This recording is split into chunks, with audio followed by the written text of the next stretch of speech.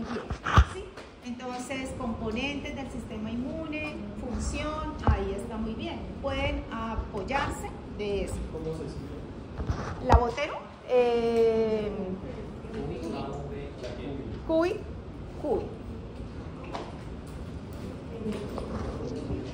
Así. Okay. Otro libro importantísimo, la ABA. De estos libros la encuentran en la biblioteca, allá tenemos estos libros. Este libro es súper chévere para estudiar inmunidad adaptativa, es decir, generación del linfocito T, diversidad del receptor de células T, la complejo mayor de histocompatibilidad, linfocitos B, interacción del T con el B, tolerancia. Todos estos capítulos son el 7, el 8, el 9, el 10, el 11 y el 12 son los mejores para estudiar la inmunidad adaptativa. Segundo parcial, y es bien difícil. Ese parcial es duro porque esta inmunidad es mucho más compleja que la inmunidad innata. Entonces aprovechen a que les vaya muy bien en este primero, que sea una super nota, porque los temas son más sencillos, y entenderlos bien para que con unas buenas bases de inmunidad innata puedan atacar la inmunidad adaptativa. Entonces, esto es muy importante. Entonces, la ABAS está muy bien. La CUBI también está muy bien, pero la ABAS es un poquito más molecular. Entonces, pueden leer la CUBI primero y profundizan con la ABAS. ¿Preguntas? Respecto a los seminarios, nosotros tenemos muchos grupos. Sí. Tres. 3. Respecto, ¿tienen que ser 3 o no? ¿Pueden ser 20? Es que hay 3 secciones. Si no, uno va a quedar como diciendo nada. Y microorganismos hay muchos. Una pregunta, al momento del seminario, digamos, pues es que hemos tenido como algunos microorganismos, algunos son como uno elige de orden al momento de presentar, otros son el profesor elige de orden al momento de presentar. Entonces, en este caso, usted elegiría de orden, digamos, acá mismo usted empieza y termina así.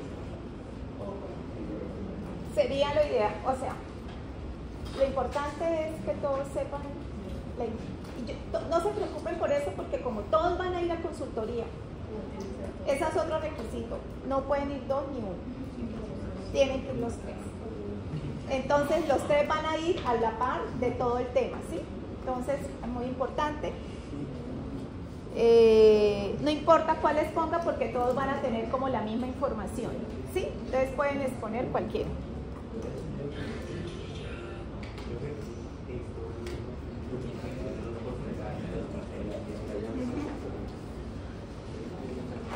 Teoría.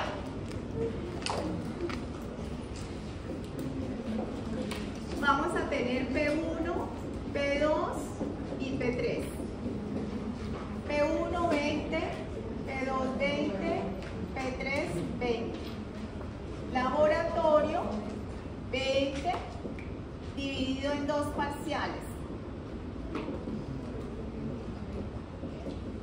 O sea que este vale el 10 y este vale el 10. ¿Me falta cuánto? 20. Este 20, 10 es el seminario. Y 10 es quizzes y talleres de teoría y de laboratorio. Profe, los quizzes de la parte teórica. Pues ahí dice que vamos a... Aquí van todos los quizzes de teoría y laboratorio. ¿Sí? ¿No hay alguna parte del laboratorio para informes?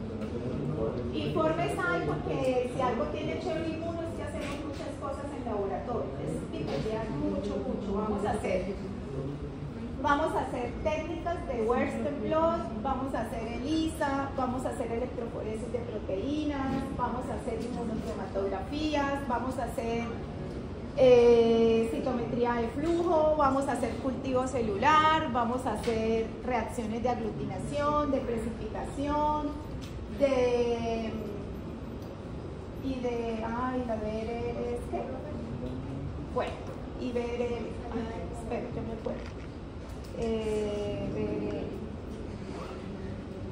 No puede ser.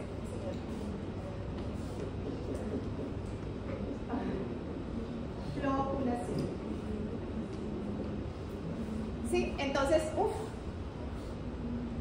un montón. Pero pues yo pensaba explicarles un poquito ya más detallado el martes. Yo voy a estar en los laboratorios del martes y del viernes con Natalia, y William y Natalia en los del miércoles. O sea, voy a acompañar dos laboratorios. ¿Los propios? Martes y viernes, Natalia y yo. Los miércoles, William y Natalia.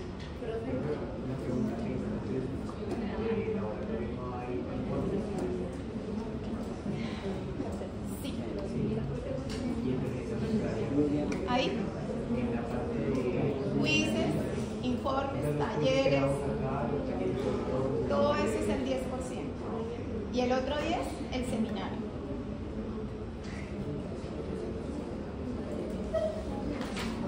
¿Preguntas? ¿Todo bien? El laboratorio. ¿El laboratorio? No. Ah, bueno, allá se van a disponer por mesones. Sí. ¿Horas, por favor? 2:40. Listo. Bueno, ahí sobre el camino nos vamos conociendo. No les voy a pedir hoy que se presenten y esas cosas porque necesitamos empezar, ¿vale? Los voy conociendo por el camino. Bueno, inmunología es una materia espectacular. Espectacular. Tienen que amarla porque en serio que es muy bonita. Pero tiene algo que, como es toda nueva, tiene muchos conceptos. Entonces una clave es que cosas que vamos hoy a ver, términos, conceptos, de una vez les digo que una buena estrategia puede ser un glosario de términos. ¿Listo? Entonces vamos a empezar con esa estrategia, ¿sí? Glosario de términos. Bueno, y para darles una idea de la importancia de esta ciencia, vamos a hablar un poquito de la perspectiva histórica. ¿Cómo surge la inmunología? Bueno, resulta que la inmunología, bueno, si vamos a los griegos, allá hay en Tucídides, ya decía, una misma enfermedad no da igual 2 veces, decía él, declaraba él, o sea, la enfermedad no da igual 2 veces, a la primera me da de una manera y a la segunda me da más suave, como más, sí, no es tan severa. Ya habían esas observaciones y desde el siglo, desde la época de los griegos, dejaron eso escrito. Entonces ya había como una intuición acerca del proceso salud-enfermedad y cómo ciertas personas respondían de pronto un poco mejor y otras no. Y las diferencias entre un primer momento y un segundo momento. Después, pero ya las primeras como evidencias del concepto de inmunología lo encontramos en los chinos. Los chinos son una cultura muy milenaria, son más antiguos que la cultura occidental. Entonces ellos, desde épocas muy antiguas, ya tenían algunas experiencias en la cual, sobre todo chinos y otomanos, los otomanos son esta cultura que está en Turquía, como Estambul, en el reino o en la época de los persas. Ellos ya tenían una práctica que se denominaba la variolización, un método primitivo en el cual los chinos como que trataban de prevenir la infección de la viruela a través de como inocularle a la persona costricas de los enfermos, porque las lesiones de la viruela son en la piel. Entonces, como esa pus, ellos la secaban, lo maceraban y quedaba un polvo. Y eso por esta práctica, que es como esparcirlo o inocularle ese polvito por las vías aéreas a los niños por inhalación. Ellos observaban que el niño no le daba tan fuerte la infección cuando se encontrara con el agente infeccioso. Sí, eran como pequeñas dosis. Entonces, esos es como los primeros registros. Siglos después, esta señora, muy importante, la esposa de un embajador británico que vivía en Estambul precisamente, Lady Mary Wortley Montagu, se dio cuenta que ahí en el imperio persa se comerciaba muchísimo las esclavas blancas y de gran reconocida belleza. Y estas personas, para evitar que esas esclavas perdieran la belleza de su rostro debido a la viruela, ellas hacían unas técnicas que eran lo mismo: coger la pus de las lesiones de las enfermas y mezclarlos como en unos ungüentos o en unas pomadas y se lo aplicaba, ¿sí? Entonces, ella anota esa práctica y la lleva a Inglaterra. De hecho, la ensaya con ella misma y con sus niños. Y le funciona. O sea, al menos los niños no se mueren, porque es que la viruela era una enfermedad altamente mortal, ¿sí? Entonces, realmente son estos primeros evidencias históricas de que ya había algo como que las bases o los fundamentos de lo que ahora conocemos como la vacunación, que es una de las prácticas que ha permitido que las ciencias de la salud eviten la muerte de millones y millones de personas. Sí, entonces es una práctica muy importante que se fundamenta en el concepto de la inmunología. Bueno, muchos años después, Una pregunta. Digamos, cuando se realizaba, digamos, este inóculo, ¿generaba algún tipo de efecto secundario en las personas en las que, digamos, se sí, practicaba? claro, les ¿Cómo daba, sabía que, digamos, era un efecto secundario y no era directamente la enfermedad? les daba la manifestación de la enfermedad, pero más suave. Bueno, mucho tiempo después, Edward Jenner, que es un médico inglés de 1796, él en 1798 es que escribe el artículo donde publica sus hallazgos y sus observaciones. Él observó que las ordeñadoras de ganado bovino presentaban unas lesiones cuando de ordeñar a las vacas también podían tener el virus de la viruela. Lo que pasa es que para las vacas se llama vaccinia, variola vaccina, ¿sí? En cambio el del humano tiene, ahorita les presento el nombre de ese virus. Entonces, ¿qué observó Jenner? Jenner observó que las ordeñadoras tenían una manifestación más benigna de las lesiones que la que le daban los humanos. O sea que cuando las ordeñadoras se contagiaban del virus de las vacas, daban unas lesiones muy parecidas a cuando al humano le daba el virus del humano, o sea, normalmente la viruela. Sí, las lesiones eran parecidas. Y él notó, entonces, Sarah Nelmes era una de esas.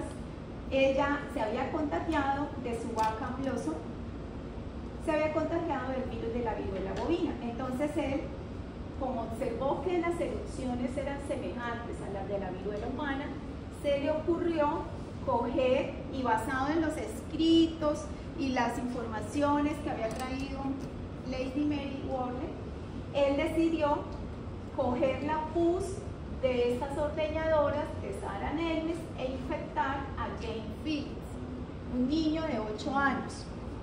Le inoculan las costras de las lesiones del virus de los bovinos, de la viruela de bovina, al niño. posterior de un tiempo lo expuso al virus humano y el niño no murió. Este experimento actualmente no lo podemos hacer porque el comité de ética no lo aprueba, ¿no? Entonces, pero de acá surge la primera vacuna para la viruela en el mundo, ¿sí? De esta observación. Él escribe esos hallazgos y empiezan a aplicar eso en Estados Unidos. En Estados Unidos, en el estado de Virginia y también en Inglaterra se empiezan a hacer las primeras jornadas de vacunación. Bueno.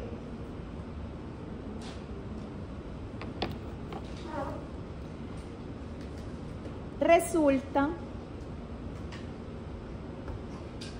que la viruela pues fue una enfermedad que atacó al mundo, ¿no?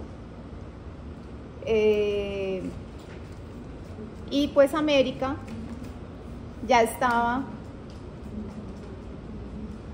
contagiada. Quiero que veamos esto.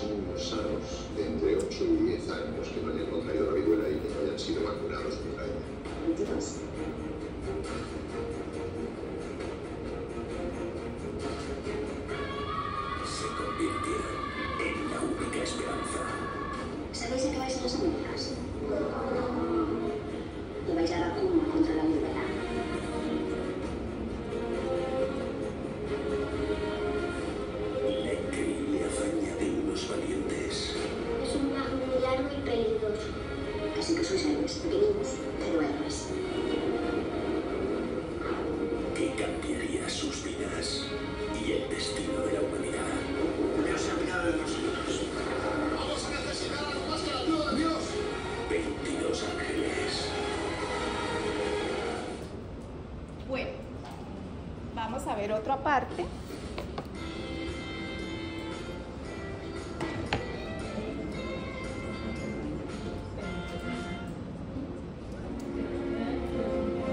Ahí tenemos una imagen.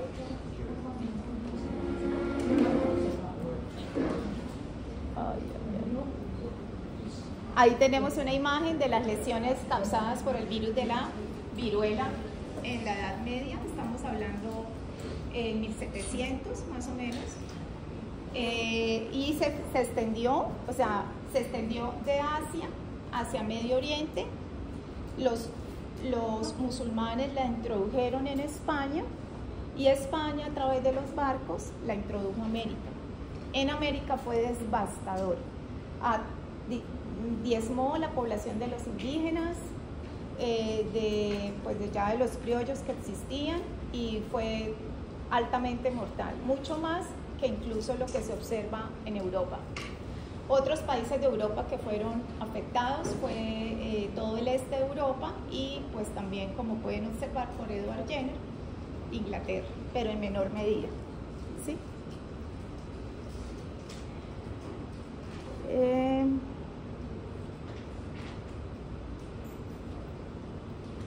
Consejo de Madrid.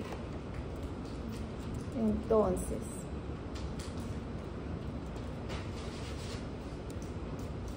vamos a ver si me aparece el Consejo de Indias, Sevilla.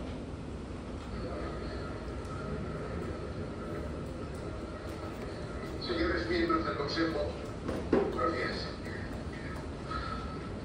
El continente europeo ya está siendo vacunado contra la viruela, gracias al descubrimiento del doctor Edward Jenner. Esto es algo que todos ustedes saben. Esa vacuna es una soberana estupidez, algo que sale de la vaca. ¿Cómo quieren que creamos que lo curará? Algo que sale de la vaca, como... Señor Márquez, tiene esa vacuna, queda a salvo. ¿Acaso no ha vacunado usted a su familia? ¿Por qué lo ha hecho? Gracias, muchísimas. está demostrado que, a pesar de los intentos que se han hecho por llevarla a las Américas, la linfa de la viruela guardada en cristales no soporta las temperaturas de los mares de... Les he convocado porque estoy seguro de haber descubierto la manera de llevar la vacuna hasta nuestros territorios en ultramar, sin riesgo de que se deteriore.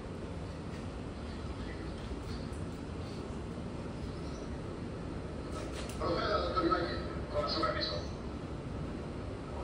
El primer día fue infectado con la viruela de la vaca.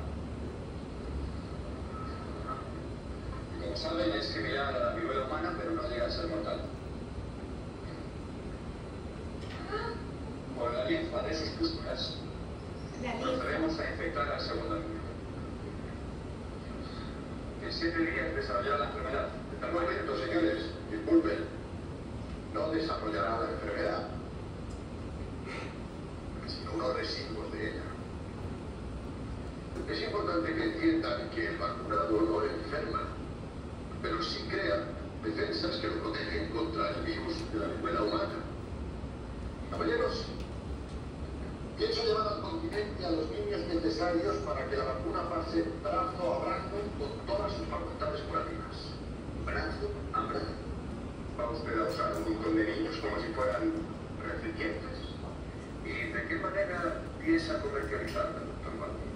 Vendiendo niños con pústulas. Gracias a esos niños podremos replicar la vacuna en aquellos territorios.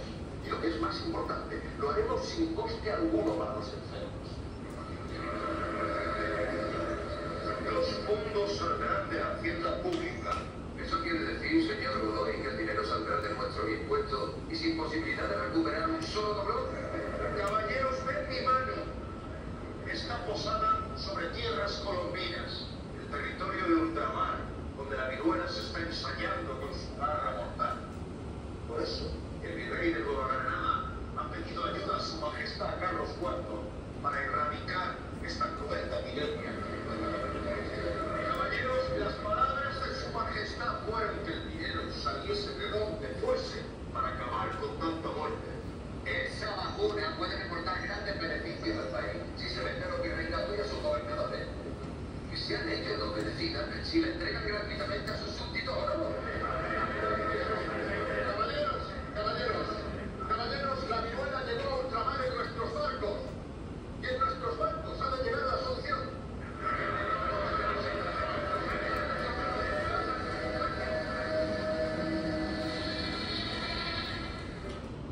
Bueno, Viajar por Colombia es disfrutar.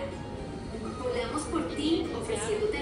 entonces, los dos segmentos hacen parte de la película 22 Ángeles, la cual ustedes van a bajar por Netflix, por alguna plataforma y la van a ver.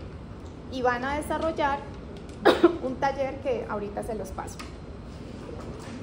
Bueno, ¿de qué se trata esto? La película es sobre una historia de la vida real. Aquí tenemos los viajes que se hicieron para poder llevar la vacuna a toda América. Se trajeron los 22 niños que partieron de La Coruña, se trajeron y se repartieron los niños a diferentes regiones de México, Centroamérica y Sudamérica, ¿no es cierto? Entonces, y los directores de esa expedición, que fueron principalmente el doctor Balmis y Salvani, que fueron los que están ahí representados por el que hace la inoculación y por el que habla, ellos fueron los que idearon esta estrategia, que es pues traer los niños, porque ya lo había intentado José Celestino Mutis, y pues por supuesto la vacuna ante el calor del viaje y los 30 días que tardaba el viaje pues se deterioró. Entonces la única manera era traerla los niños, inoculada. Entonces de esta manera esta se considera realmente la primera vacunación en el mundo, y pues fue muy exitosa. Hay una enfermera muy importante ahí, que también es importante en la película. Pero pues ahí hay muchas cosas que yo quiero que ustedes, hay unas preguntas que van a direccionar lo que ustedes van a ver en la película y quiero que las traigan. Para esta actividad del taller de la película 22 Ángeles se van a unir día 2 estudiantes y es para dentro de 8 días. ¿Está en Netflix? ¿No? Bueno, ustedes la buscan.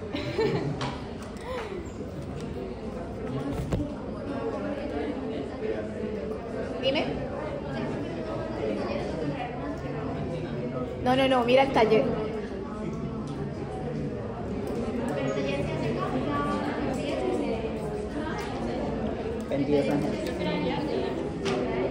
Este es el taller.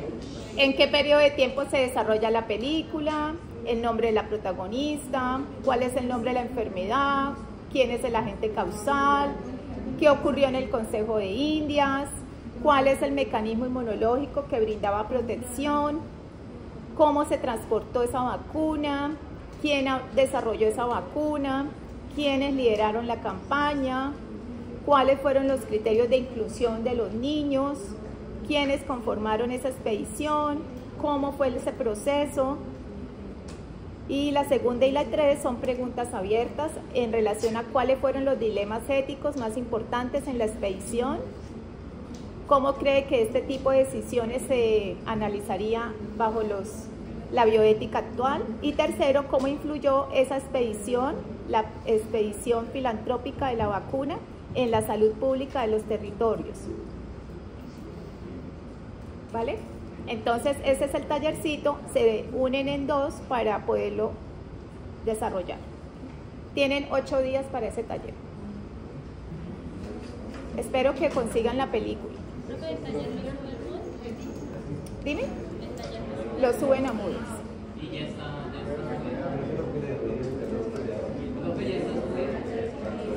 No. Ahorita yo se los paso. Bueno. Listo.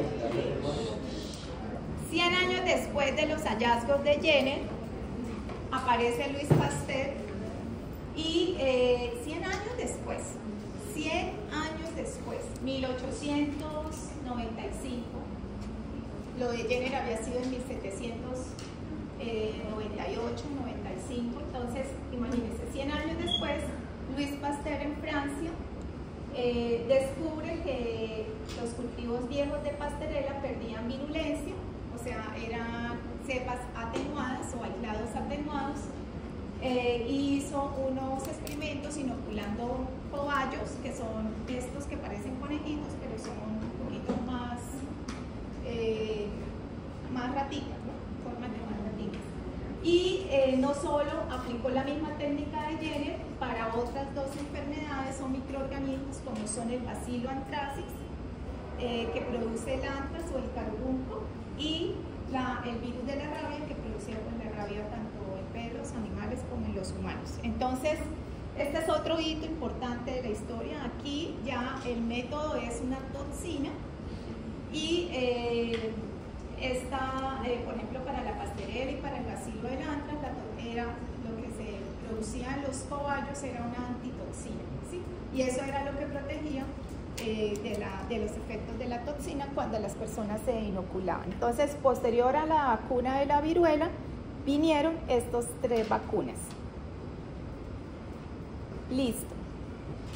Pero ahí en ese punto todavía, pues sí, sabíamos que había algo que se transfería y que le confería defensa o inmunidad, pero no se conocía exactamente qué era, sino hasta los estudios de Emil Bomberry, quien es la persona que en 1890, por la misma época de Pasteur, descubre la antitoxina del tétano junto con el bacteriólogo Shibazaburo Kitazato. Entonces, ellos dos descubren que al inyectar el suero sanguíneo de un animal afectado por el tétano a otro, se genera inmunidad a la enfermedad en el segundo animal. Eso es el fundamento de lo que hoy conocemos como la inmunidad pasiva. ya que no, por ejemplo, la inmunidad pasiva que recibimos un bebé de la mamá a través del paso de los anticuerpos a través de la barrera fetoplacentaria. Me está protegiendo contra los microorganismos a los cuales esos anticuerpos fueron creados. Eso se llama inmunidad pasiva. Entonces, estos experimentos de von Behring ya demuestran los primeros fundamentos de lo que se va a llamar posteriormente la inmunidad pasiva. Bueno, pero en ese momento tampoco se sabía que eso era dado por los anticuerpos. Él lo llamó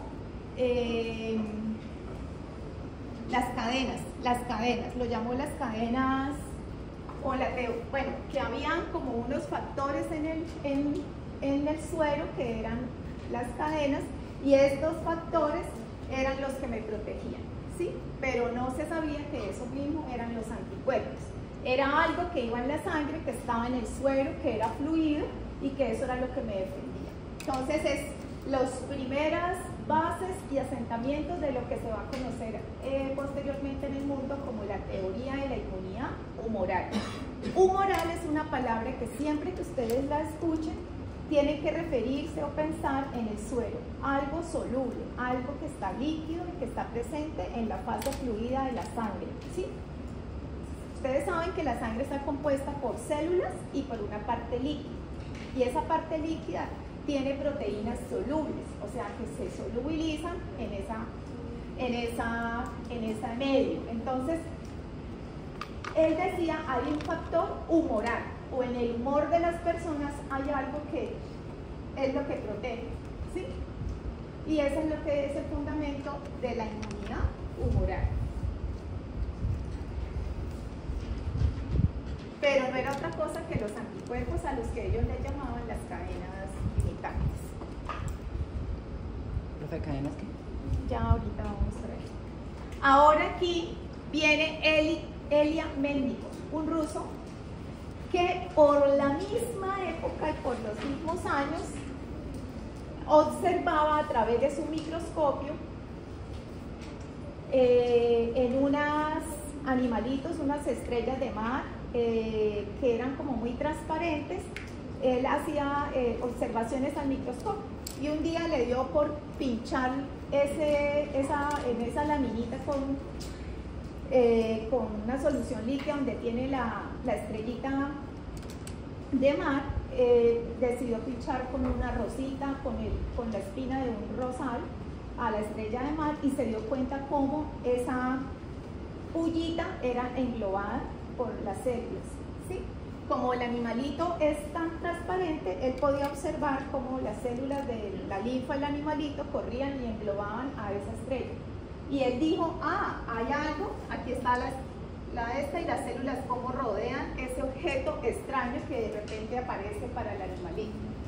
Entonces, él dice, hay algo, o sea, las células nos defienden, ¿no es cierto? Describe el mecanismo de la fagocitosis más claro que nadie. Hasta ahora los principios de la fagocitosis fueron propuestos por él y son tal cual como él los describe, y ha sido considerado el padre de la inmunidad celular. Entonces, ¿quién era el padre de la inmunidad humoral? Von Behring, y el de la celular, Elia Melnikov, ruso y alemán. Todo en los mismos años. A partir de estas dos, el uno dice, nosotros proponemos que las defensas están dadas por algo en el suelo, ¿sí? Un factor humoral. Y Eli dice, no, nosotros nos defendemos por unas células fagocíticas que migran ante la presencia de algo y fagocitan o eliminan ese agente diferente o extraño. Entonces eso se lleva a los más altos eventos científicos de la época, donde Melnikov sale derrotado. Y se volvieron muy contrarios, una guerra de los que apoyaban una teoría y los que apoyaban la otra. Actualmente sabemos que las dos hacen parte de la respuesta inmune, tanto la inmunidad debida a anticuerpos como la inmunidad debida a las células. Bueno, ¿estamos en qué año? Principios del siglo.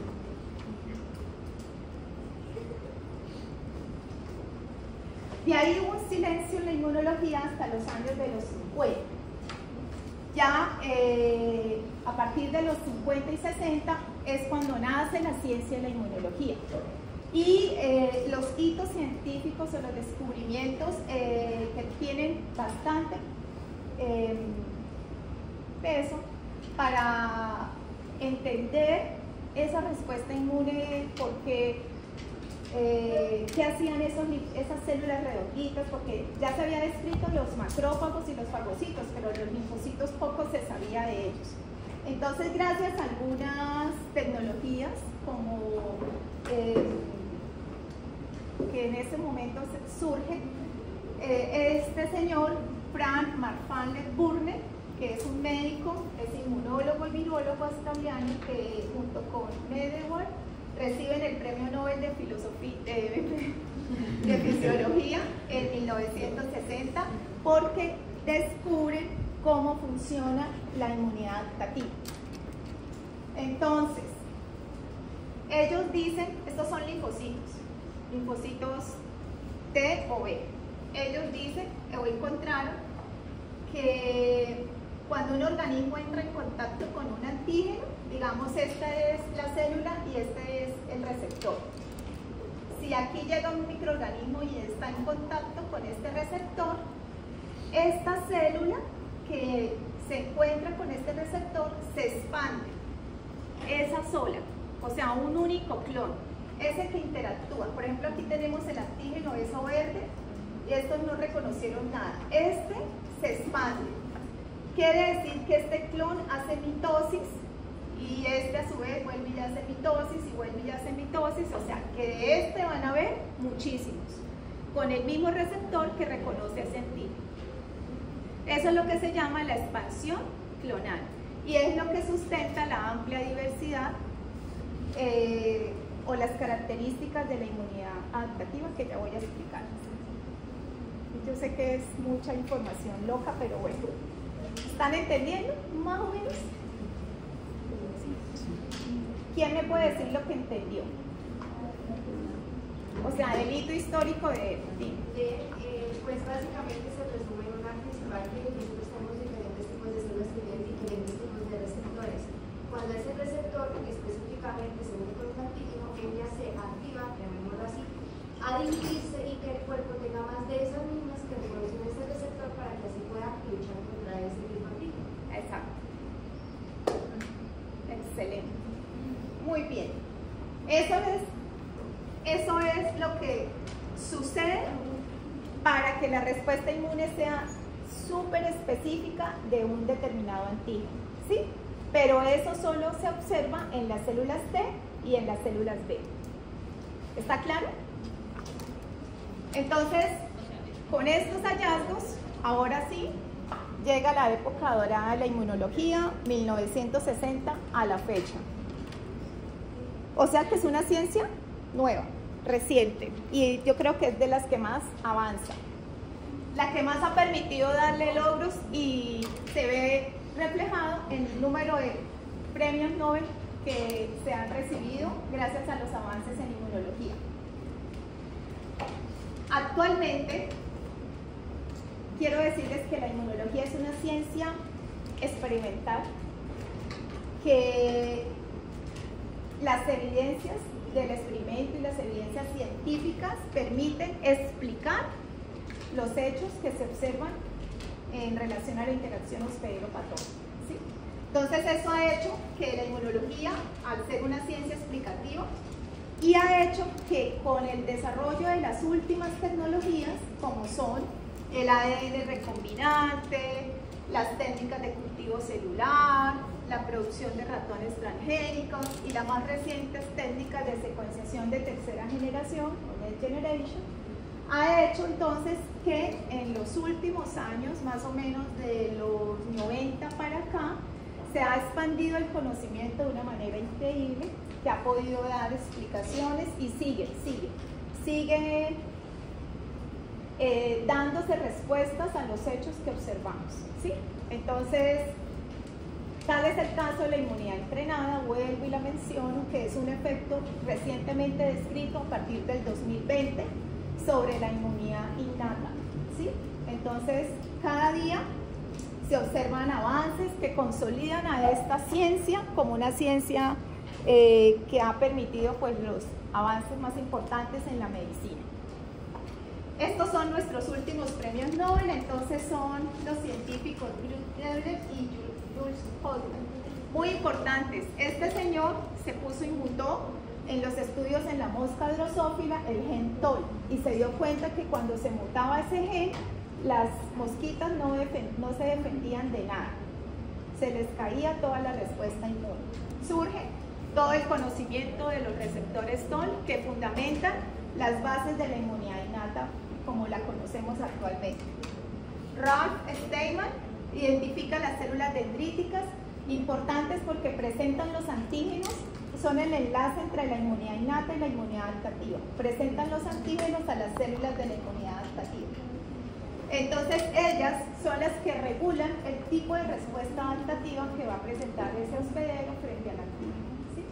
Entonces, ahí les dice un resumen súper somero de los principales hechos históricos que fundamentan los avances y fundamentan esta ciencia que se llama inmunología.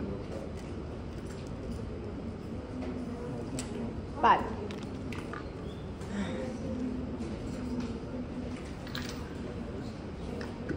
Lo que está en gris en esta diapositiva son los 4 conceptos muy importantes que quiero que todos aprendamos y los lean, ¿sí? ¿Me pueden leer los títulos? El primero es el segundo, el tercero y el cuarto, y todos son diferentes. Vamos a entender cada uno. Se dice que el sistema inmunitario, y ojo, eso cuando uno dice sistema está diciendo grandes cosas, porque ¿qué otros sistemas conocemos? Sistema nervioso. ¿Qué otro sistema? Digestivo, respiratorio. ¿Y qué tienen en común esos sistemas? Se componen por órganos, tejidos y células específicas, ¿no es cierto? Pues el sistema también es un sistema inmunitario. Y si les digo, interactúa con los otros totalmente. Entonces, ¿a qué llamamos a un sistema? ¿Por qué sistema? Porque es más teso que todos. Genera sus propias células. Él produce sus propias células, es capaz de decir, necesito más linfocitos, necesito más neutrófilos, hágame más plaquetas, necesito más linfocitos B, en fin, ¿sí? Genera las señales para que se produzca lo que él necesita.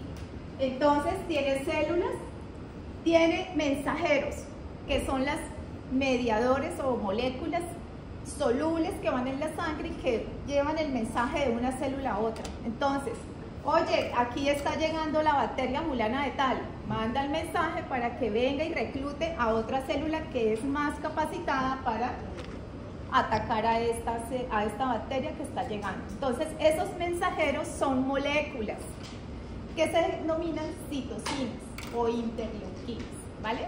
Entonces, le decimos que es un sistema porque también tiene órganos. ¿Cuáles?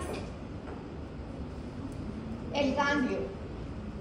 El sistema linfático es un sistema eminentemente inmunológico. En el sistema linfático, que está compuesto por la linfa y los ganglios, ¿alguna vez a alguien le ha dolido los ganglios?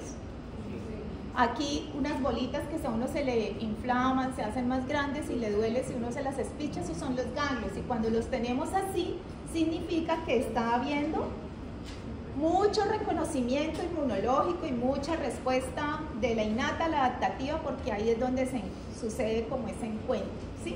Entonces, ¿qué otro órgano tiene el sistema inmune? La médula ósea, el hígado, el vaso, bueno, el hígado no tanto, el vaso. Entonces maneja órganos, maneja moléculas mensajeras o moléculas solubles y maneja células. Por esa razón se compone, es como un sistema. Además, tiene una característica de que ellas se coordinan, o sea, ellos no actúan de manera independiente, es una respuesta coordinada, ¿sí? Se requiere que si esta molécula está presente, cierto receptor en esta célula la reconoce, genera una respuesta que activa otra célula y así sucesivamente, ¿sí? Entonces es una red dinámica, ¿sí? Actúa en forma de red. Tiene la capacidad de generar una enorme variedad de células y moléculas, ¿sí? Es decir, las señales que recibe se transforman a través de una vía de señalización en la activación de genes de respuesta inmune que van a producir nuevas moléculas que son más efectivas frente a este tipo de agresión.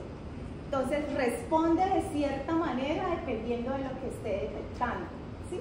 O sea, es inteligente y además puede construir cualquier cantidad de moléculas en respuesta a eso que está detectando. Además, su función principal es reconocer lo que está sensando en el ambiente, en las mucosas, en la piel, en el intestino, ¿no es cierto? En todas las vías de entrada, sensa, reconoce, está en alerta, está vigilante y no solo reconoce, sino que establece las estrategias para eliminar eso que está agrediendo. Entonces, elimina y elimina de una manera específica. Entonces, realmente tiene capacidad, además, de reconocer un número ilimitado de agentes extraños, sin necesidad de tener tanto gasto, ¿sí? Es como el sistema biológico, austero, ¿sí? Entonces tiene esa capacidad de reconocer una amplia diversidad sin tener que tener amplio gasto para poderme defender de toda esa diversidad, ¿sí? Bueno, estas son las características de nuestro sistema inmune. El sistema inmune es un sistema filogenéticamente antiguo. Lo encontramos en toda la escala evolutiva, desde un erizo de mar hasta el humano, que es lo más evolucionado. Lo único es que en el 90% en las plantas, en los parásitos, en los microorganismos, en todos lados hay un sistema inmune innato. Lo único es que los vertebrados de mandíbula, o sea, de los tiburones para adelante, hay un sistema inmune adaptativo, más especializado, más fino, más directo y con una gran memoria. Mientras que en el resto de la diversidad biológica del mundo es un sistema inmune innato el que los defiende, ¿sí? Entonces es muy antiguo evolutivamente y en aquellos microorganismos y sistemas biológicos que no son vertebrados de mandíbula, o sea que tienen el sistema inmune innato, se hace muy bien esa función sin necesidad de un sistema inmune adaptativo, ¿sí? Y ya en nosotros, en los más evolucionados, desde los vertebrados con mandíbula, aquí ya vamos a encontrar una respuesta inmune súper fina, que es la que vamos a tratar en este semestre. La respuesta inmune del hospedero frente a un patógeno, ¿sí? Entonces, nosotros vamos a estar hablando de la respuesta inmune en el humano durante el curso. Por eso se llama sistema. ¿Listo? Porque tiene órganos, células, tejidos, mensajeros, actúa de manera coordinada. Porque tiene gran diversidad, porque es capaz de reconocer y eliminar de manera específica el agente extraño. Ahora, ¿qué es respuesta inmune? Por favor, ¿me lees? Es la respuesta conjunta y coordinada frente a la introducción de sustancias extrañas o anormales. Y ojo con eso, ahí yo puse microorganismos. Una sustancia extraña, ¿qué puede ser, chicos? El polen. Algunas personas lo reconocen o responden de manera exagerada frente a algo que está en los árboles, otros no. Para unos es extraño, para otros no, ¿sí? O puede ser que sea extraño, pero uno no responde. Algunos sistemas inmunes no responden de manera descontrolada. un medicamento, la tinta, eso es un producto químico. ¿Qué otra cosa puede ser sustancia extraña? Exacto, un veneno de una planta, una célula cancerígena. Puede ser un esto. Muy bien. El asbesto, ¿no es cierto? El exceso de ácido úrico, también. Una célula propia muerta, también. ¿No es cierto? Entonces, cuando decimos sustancias extrañas pueden ser derivadas de lo propio. ¿Sí? Dime. ¿Qué cambiaría en una célula propia muerta para que el cuerpo empiece a verla como algo extraño? Antígenos a los cuales ella no ha estado antes en contacto. ¿Eso es lo mismo que las ¿Sí? enfermedades autoinmunes? Sí, pero en las enfermedades autoinmunes lo que falla es el mecanismo de tolerancia, que es una cosa que vamos a ver después. Entonces, estar expuesta a antígenos que ella no reconoce como propios, porque siempre estaban dentro. ¿Sí? Qué interesante la pregunta para identificar las pacientes que siempre nos hablan. Hay mecanismos. ¿Sí? Entonces, respuesta inmune es eso, es la respuesta frente a algo que puede ser un microorganismo, claro, pero hay microorganismos de la microbiota normal y no estamos formando respuestas. Entonces son determinadas cosas de los microorganismos y en ciertas concentraciones lo que hace, que ahora se conoce la inmunidad innata con más detalle, que es lo que hace que sé cuándo se produce una respuesta y cuándo no. ¿Sí? Es decir, que la inmunidad innata también está regulada. Pero lo que yo quiero aquí, por ejemplo, la silicona, cuando tenemos una cirugía plástica, ¿han visto los reportes de las chicas en YouTube que, ay, que me dio no sé qué, inflamación y casi se muere por el respuesta inmune frente a sustancias extrañas? Pero sustancia extraña también puede ser una tijera que le dejaron a alguien después de una cirugía. ¿De verdad? Eso también es una sustancia extraña. Ante eso también hay una respuesta inmunitaria. En el caso de la sangre, cuando se estudian los tipos por los sentidos, también se reconoce. También. Se reconoce como extraño porque esa proteína no estaba antes y ahora es extraña. ¿Sí?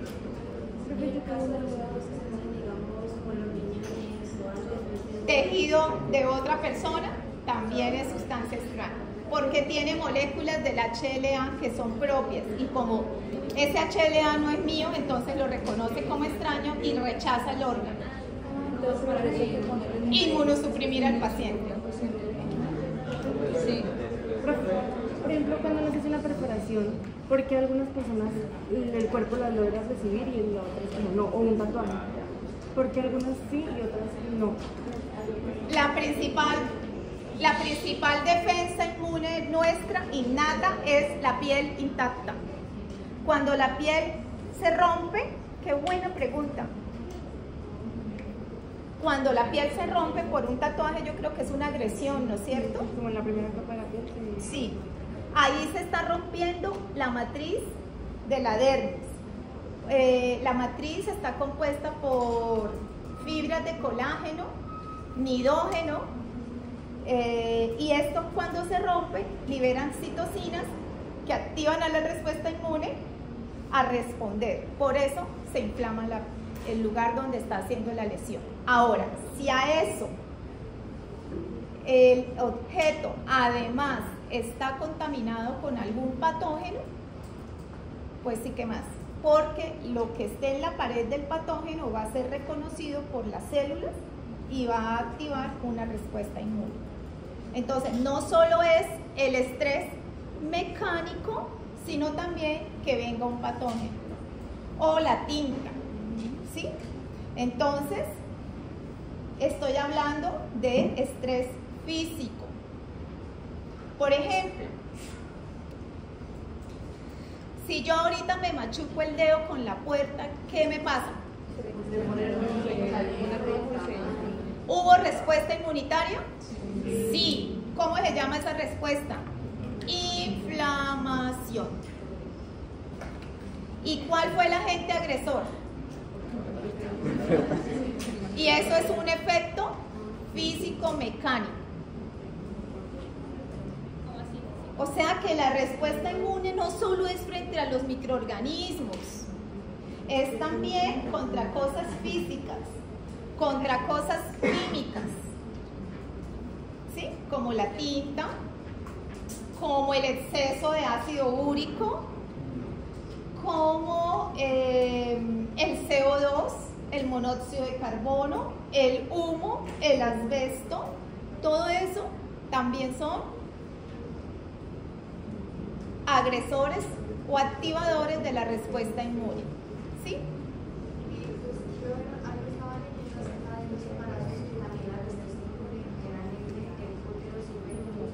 Para separar los dos mundos, porque el cuerpo tiene una respuesta inmune muy fuerte contra los peces. Por eso las primeras veces eran como lo más crucial, en donde prácticamente, a pesar de que se está formando a partir del mismo cuerpo, no lo reconocen como suyo, con la otra mitad del ADN del padre. Entonces comienzas a atacarlo y sucesivamente el feto también hace lo mismo contra la madre, ataca a la madre en una primera instancia. Entonces eso se considera una respuesta inmune también. Sí, lo que pasa es que en condiciones normales no hay contacto de la sangre del niño con la sangre de la mamá. Si hay un contacto, es cuando se activa, porque seguramente el niño va a tener HLA del papá, nosotros heredamos el HLA de la mamá y del papá. Entonces ya el niño de base es extraño para la mamá. Además, sin contar el tipo de sangre que tenga. O sea, es otro mundo, exactamente. El embarazo es una maravilla. O sea,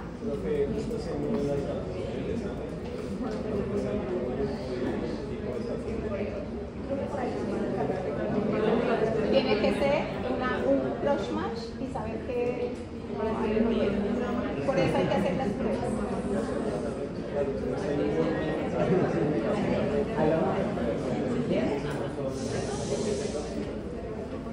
O sea, digamos, hay veces en las que ciertos compuestos no tienen como una respuesta para uno, pero la respuesta es el polen.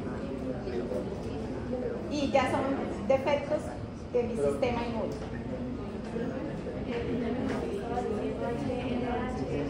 Sí, antígenos leucocitarios humanos, no se afanen, después vamos a ver eso.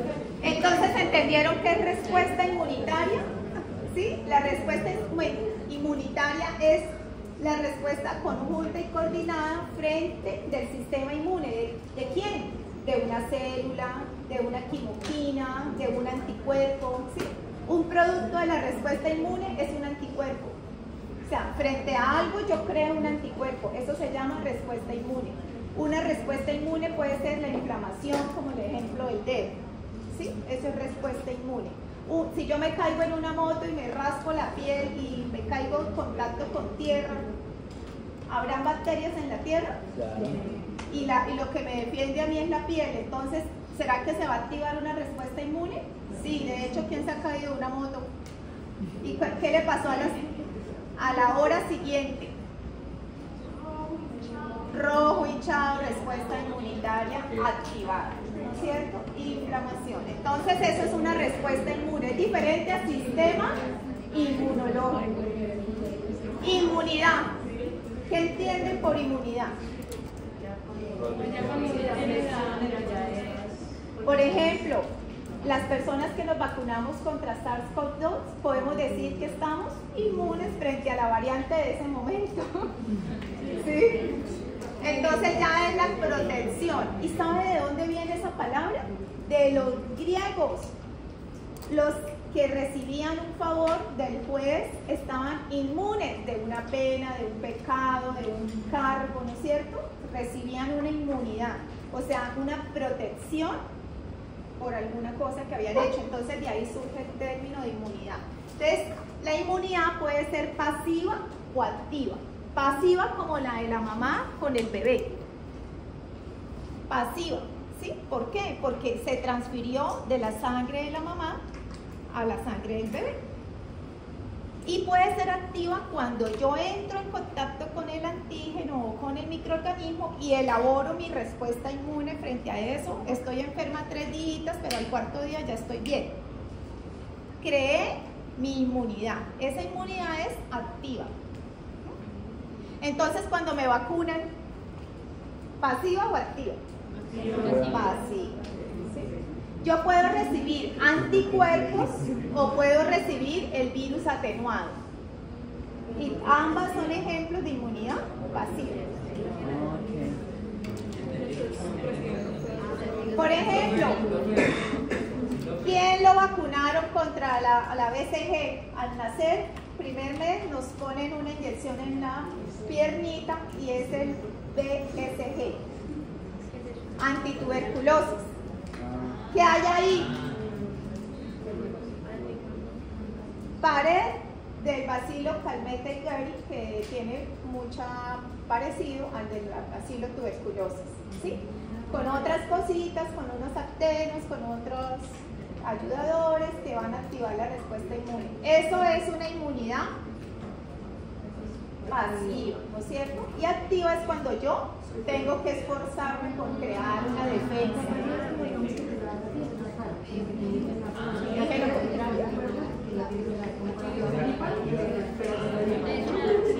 Otra vez, pasiva cuando recibo los anticuerpos ya hechos o recibo la vacuna de RNA interferente o recibo más tiempo. Y sí, gasto metabólico.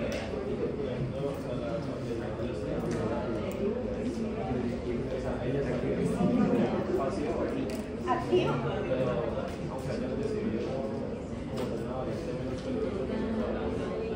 Pero se enfrentaban a esa variante y creaban anticuerpos. Cuando venía lo del mismo virus, pero de la otra especie, pues no les daba tan duro porque tenían una respuesta ya creada, que compartían antígenos. O sea, es que la pared de ellos son de la misma familia, igual que son 2 especies, pero es la misma familia, entonces comparten algunos antígenos.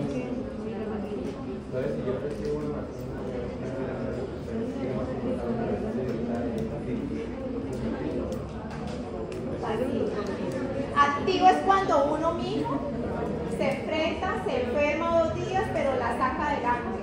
¿Sí?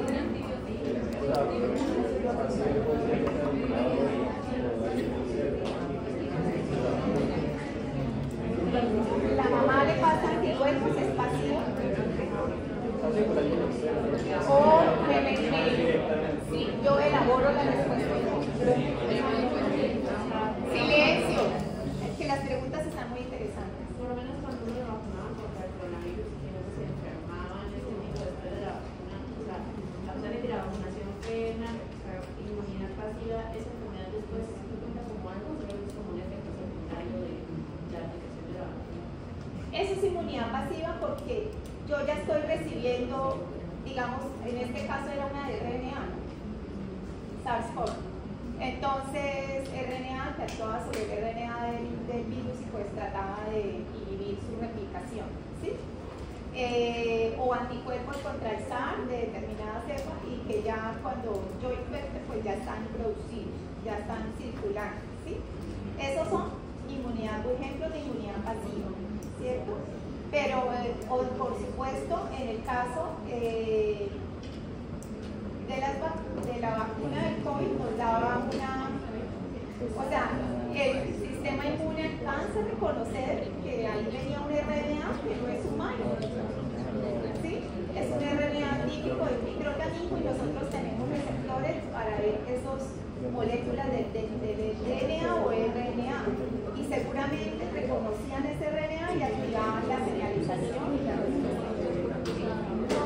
Pero, por ejemplo, en el caso que una persona tenga una gripe, pero entonces ahí sería antiinfectivo, porque no ha tomado nada.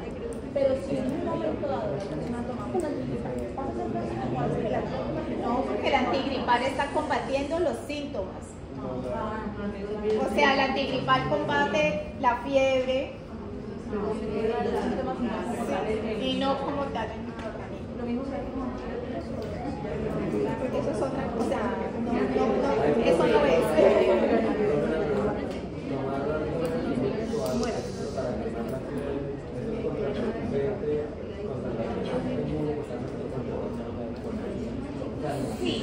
Sí, porque, o sea, depende. Si soy un abuelito inmunosuprimido y tengo ahorita un estafilococo re tóxico, re malo, súper hipervirulento, hay que ayudarle porque ese abuelito no tiene muy efectiva la respuesta inmune. Pero si soy uno de 20 años que está perfecto, eso ni lo siente. ¿Sí? La misma bacteria se defiende mejor.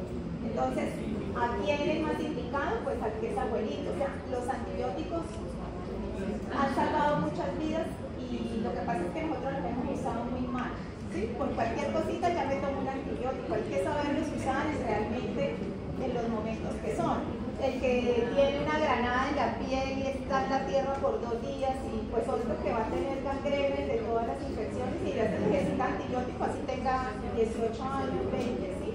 Se requiere el antibiótico porque es la pérdida de la piel tan grande que el sistema inmune puede ser que no alcance a responder y hay que ayudar con el Entonces eso es. Chicos, ya, no más preguntas. Inmunología es el estudio de la respuesta inmune. ¿Qué horas son? Bueno. Ahora, etapas de la respuesta inmune. ¿Sí? Etapas. O cómo funciona el sistema inmune. Entonces funciona con 3 pasos. Primero, el paso del reconocimiento. Segundo, el paso de una respuesta frente a ese reconocimiento. Y tercero, una reacción de memoria. ¿Sí? O sea que la respuesta inmune va a tener esos 3 momentos. ¿Sí? Siempre va a tener esos 3 momentos, sea frente a un microorganismo, o sea frente a una toxina, o sea frente a las tijeras que dejaron en la cirugía, o frente a la silicona que se inoculó en la cola, o frente a el monóxido de carbono. Cualquier agresor del sistema inmune va a ser reconocido, hay una respuesta frente a ese reconocimiento y una respuesta de memoria inmunológica. Llamamos memoria inmunológica. ¿Cómo es la primera de reconocimiento? Entonces, maravilloso. El reconocimiento puede ser de 2 maneras dependiendo del tipo de sistema inmune, porque voy a decirles que hay 2 tipos de sistema inmune, uno que se llama innato y otro que se llama adaptativo. Y tanto en el sistema inmune innato o adaptativo siempre habrá un reconocimiento y ese reconocimiento es específico. ¿Sí? Más específico en el adaptativo, pero en el innato es altamente específico. Sí, ahorita les explico eso. Una respuesta, una reacción efectora frente a ese reconocimiento. ¿Sí? Hay una respuesta. Puede ser la respuesta. Llamen a muchos leucocitos porque aquí nos invadieron el de la moto. ¿Sí? Millones y millones de bacterias. Ellas se replican en poco tiempo y de una manera exponencial. Entonces lo que necesitamos es traer rápido muchísimas células a ese sitio. ¿Sí? Entonces eso se llama una respuesta efectora. Y en este caso de tipo celular o humoral. Celular, muy bien. Listo. Y la reacción de memoria es que cuando esa persona, ese hospedero, se vuelve a enfrentar contra esas mismas bacterias, responde más rápido, porque ya tiene productos inmunes circulantes que lo van a reconocer rápidamente y se va a activar la respuesta. O sea que en un segundo encuentro es más rápida la respuesta, gracias a ese fenómeno de la memoria inmunológica. ¿Sí? ¿No les parece maravilloso? O sea, es que la inmunología es increíblemente bonita. Bueno.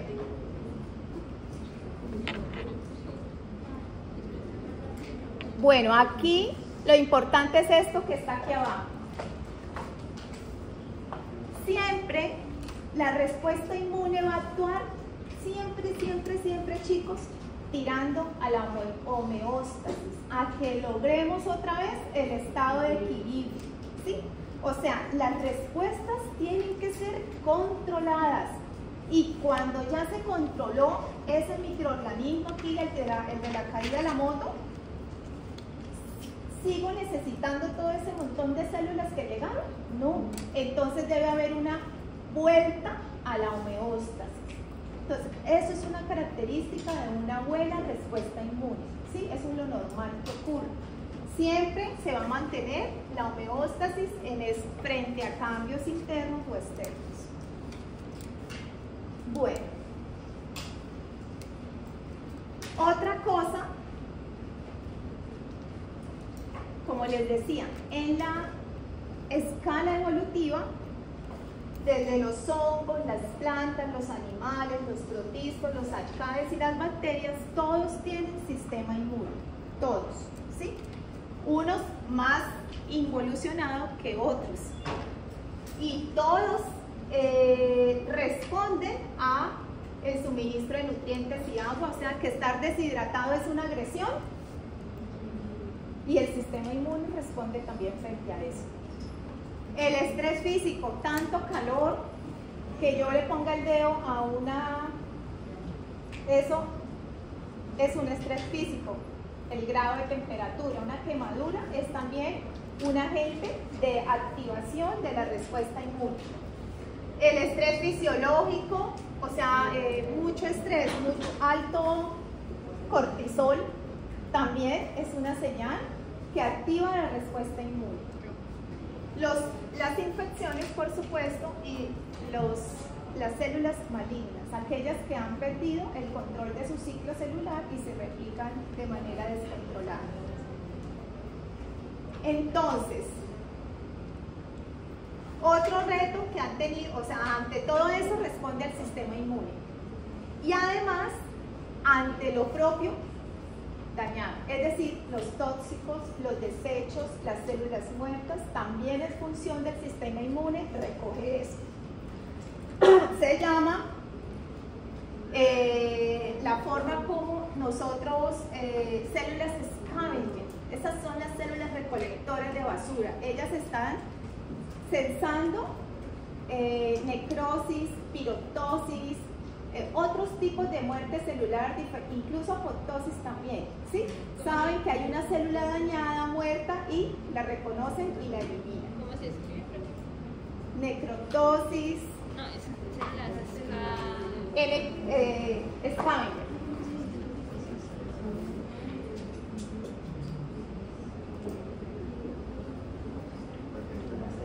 Bueno, listo. Entonces esos son los retos en general. Y lo más importante es que todo vuelva a la homeostasis, a lo normal.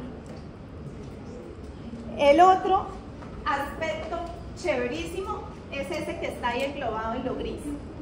Homeostasis lo teníamos en lo gris y este también lo tenemos en lo gris, y es que son funciones muy específicas del sistema inmune: volver a la homeostasis y discriminar lo propio de lo extraño.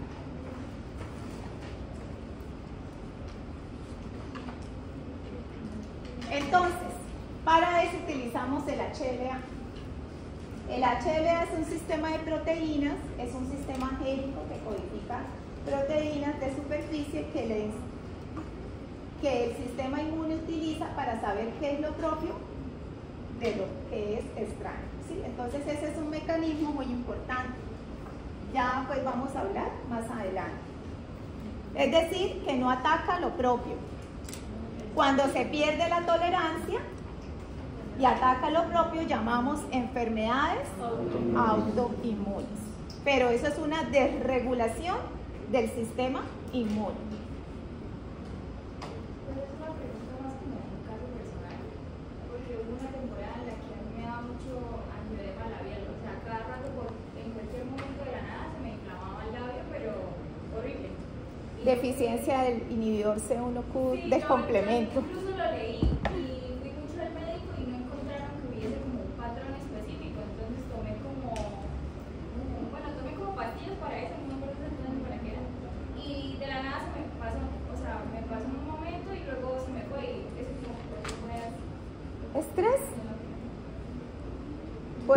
estrés, que es de los factores más como de nuestra vida actual, de sí, nosotros estamos siempre con el afán, siempre con el, sí, que me voy a llegar tarde, que no voy a alcanzar, con muchísimas señales que finalmente pueden terminar afectando esos mecanismos de homeostasis y responder exagerado frente a algo, ¿sí? Puede ser, pero hay muchísimas cosas que tocaría investigar. Y en los casos en los que se desarrollan alergias, pero sí como... Las alergias son las mismas reacciones de hipersensibilidad tipo 1, donde el sistema inmune responde de manera exagerada frente a algo que no es dañino, ¿sí? O sea, nosotros hemos perdido como la regulación o la tolerancia. Entonces, por lo menos el polvo, abro algo y un libro que tenga algún ácaro o algo, el polvo de una vez desencadena una reacción inflamatoria exagerada, mientras que otra persona lo abre y de pronto estornuda y ya, al alérgico le da rinitis, la nariz roja, le da la... Sino que se me hace curioso que muchas veces las alergias se desarrollan... Son desregulaciones. Profe, ¿y uno puede volverse alérgico a algo luego después de mucho tiempo de que era algo, una costumbre? Tipo, por lo menos yo tenía una mascota y luego un tiempo me vuelvo alérgico. ¿Me volvería alérgico si dejo un tiempo de tener mascotas y entrar en contacto con...? No, si ya creó la... Usted a medida que se pone en contacto con el alergeno va disminuyendo, va entrenando a su inmunidad de que esto no debe hacerme daño y uno va regulando eso. Pero más adelante no me puede dar, tipo, no puedo ser alérgico a algo que... No, ya es muy difícil que hiperreaccione frente a algo como el que se come los camarones y le da clarina. Y con sustancias químicas, por ejemplo, un jabón que se lava, un platos se lo utiliza bastante, luego las manos están dermatitis atópica, una hiperreacción a los jabones. Eso también es alergia. Bueno.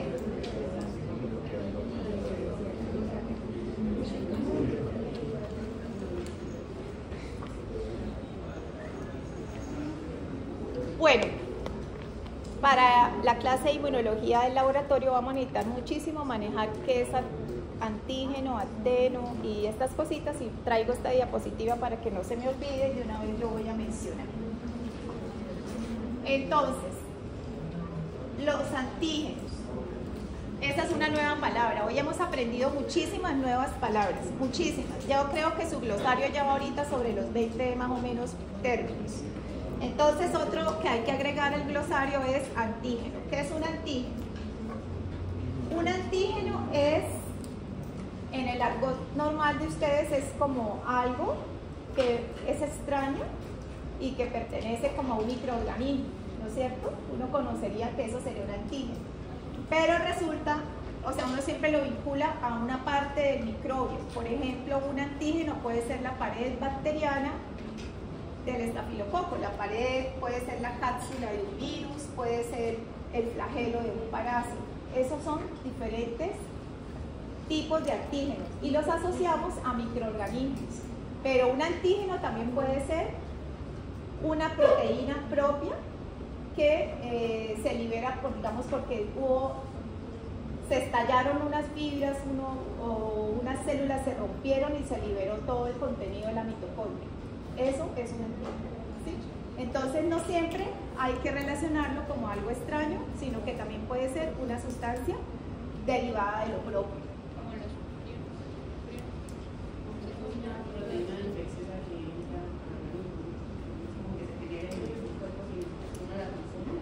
No puede ser que sea externa, pero también puede ser interna.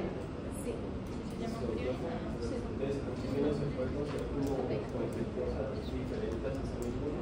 Tampoco.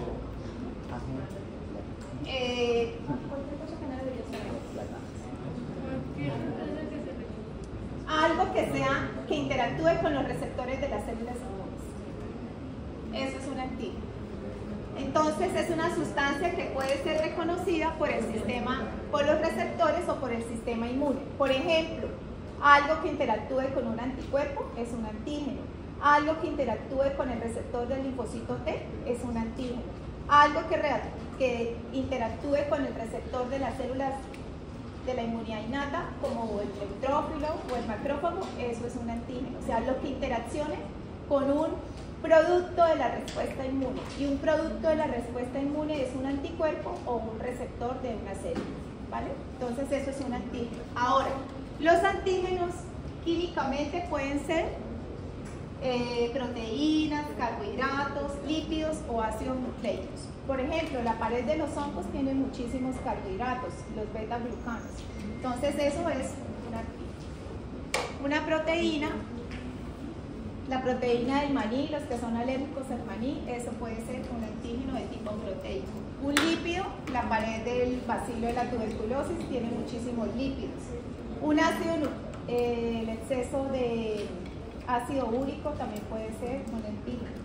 Ácidos nucleicos como el DNA metilado, el RNA de cadena simple, de doble cadena, que es diferente en los microorganismos como los virus, ¿cierto? Entonces, todos esos son formas diferentes químicas de ser antígenos. Ahora, aquí tenemos antígenos en el flagelo, la pared de la cápsula, los pilis de una bacteria, el ácido nucleico, o sea, cualquier cosa de estas puede activar y es un antígeno. Ahora, ¿qué es inmunógeno? Un inmunógeno es diferente, es aquello, un antígeno puede ser una cosa que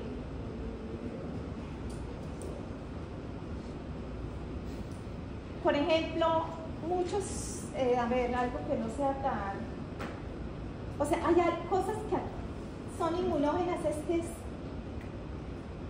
son reconocidos y activan la respuesta inmune muy rápido, ¿sí?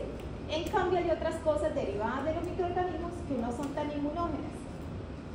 Y eso depende de la estructura química, o sea, digamos una lipoproteína, glicoproteína, estoy mezclando dos, eso es muy inmunógeno, pero digamos puros carbohidratos en cadena no es tan inmunógeno, ¿sí?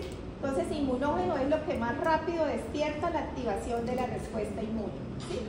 Y algo poco inmunógeno es, por ejemplo, el acteno o nada inmunógeno, el acteno, una sustancia que es tan chiquita que no activa la respuesta inmune, ¿sí? O sea que la complejidad de la estructura también puede ayudar a que sea inmunógeno. Bueno. Por ejemplo, el virus de, bueno, no sé si tiene algo que ver con eso, el virus del cierre, como que desactiva la respuesta inmune o algo así, o sea, como que no lo este invade los linfocitos T y los destruye, entonces lo inmunosuprime de una vez. Entonces está clara la diferencia entre antígeno e inmunógeno, ¿sí? Inmunógeno es un tipo de antígeno, pero que activa más rápido la respuesta inmune, ¿sí? Es más complejo. Más complejo, sí. Bueno, y vamos a dejar aquí con esta diapositiva y ya termino. Entonces, el sistema inmune es el conjunto de células, moléculas y procesos que nos defienden. Y está dividido en dos: sistema inmune innato y sistema inmune adaptativo, ¿sí? Sistema inmune innato se llama primera línea de defensa. Es un mecanismo independiente del antígeno. ¿Qué quiere decir eso?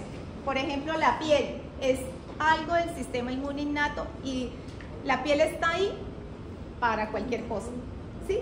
Venga virus, venga bacteria, venga parásito, ella está, la piel intacta funcionando, o sea, no importa el tipo de antígeno, ella siempre existe, ¿sí? Eso es lo que quiere decir, que la línea de defensa no está determinada del tipo de antígeno, ¿sí? Está ahí actúa para cualquier tipo de antígeno, no es específico. Por eso le dicen que ella es inespecífica, que la diferencias entre la inmunidad innata y adaptativa. La innata es inespecífica y la adaptativa es específica. Sí, eso es lo que dicen los libros, pero ya vamos a ver que eso está entre comillas, ¿vale? La innata actúa dentro de pocas horas, o ya está. La piel intacta, ya está, actúa de una. La saliva, las lágrimas, o sea, se activa inmediatamente, ¿sí? En cambio, la adaptativa tiene que construirse, demora más tiempo. Entonces, son diferencias entre la una y la otra. Esta que no tiene memoria inmunológica, comillas, sí tiene. Ahora se llama inmunidad entrenada o memoria entrenada. Mañana lo vamos a ver. Y esta utiliza estos receptores, los receptores de reconocimiento de patrones. Repitan eso. Receptores de reconocimiento de patrones. Se llaman PRRs. Serán sus nuevos mejores amigos. Y esos receptores reconocen PANS, patrones moleculares. Entonces, los PRRs, ¿qué son? Receptores de reconocimiento ¿de quién? De patrones. Si yo le dijera pinten un receptor, entonces yo pintaría un leucocito y aquí le pinto este receptor. Este sería un PRR, ¿sí? Este sería un polimorfo nuclear neutrófilo. ¿Y esto cómo se llama? PRR, un receptor, ¿sí? Receptores de reconocimiento de patógenos, de patrones. ¿Qué patrones? Los patrones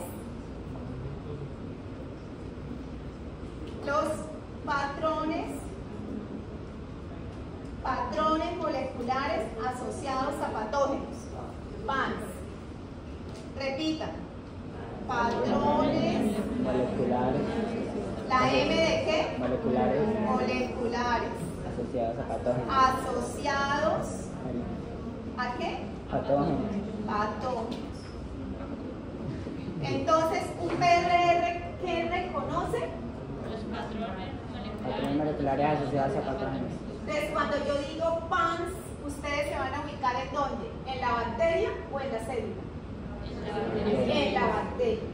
Entonces, si yo tengo acá una salmonela, perdonen el dibujo, ¿esto qué son?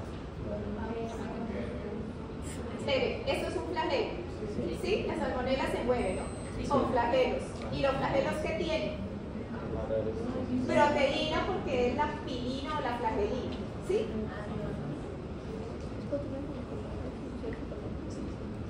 ¿Tiene cápsula? Sí. Lipo, polisacario, porque es una gran negativa, ¿sí o no? Entonces, esto y esto, ¿qué son? Patrones moleculares asociados a patógenos. ¿Y son reconocidos por quiénes? ¿Que están en dónde? En las células de la inmunidad innata. ¿Sí? Entonces, volvamos acá. La inmunidad innata se caracteriza porque tiene receptores de reconocimiento de patógenos. Y esos receptores se codifican en la línea germinal, o sea que los tuyos y los míos son igualitos. Mientras en la inmunidad adaptativa, los receptores son el TSR o el BSR y se generan por mecanismos de recombinación somática de diversos segmentos génicos. O sea que los que yo genere son diferentes a los de él. ¿Sí? Entonces esas son las diferencias. Acá el sistema actúa en un segundo momento, es más específica, necesita más tiempo, posee una memoria, esto ya es lo mismo, y tiene TSR o BSR. Entonces repasen eso y mañana hacemos quiz el martes. Perdón. El martes. Pero hasta mañana sería mejor porque para el martes es más tema. Mañana lo podemos hacer de esta diapositiva. De esta diapositiva.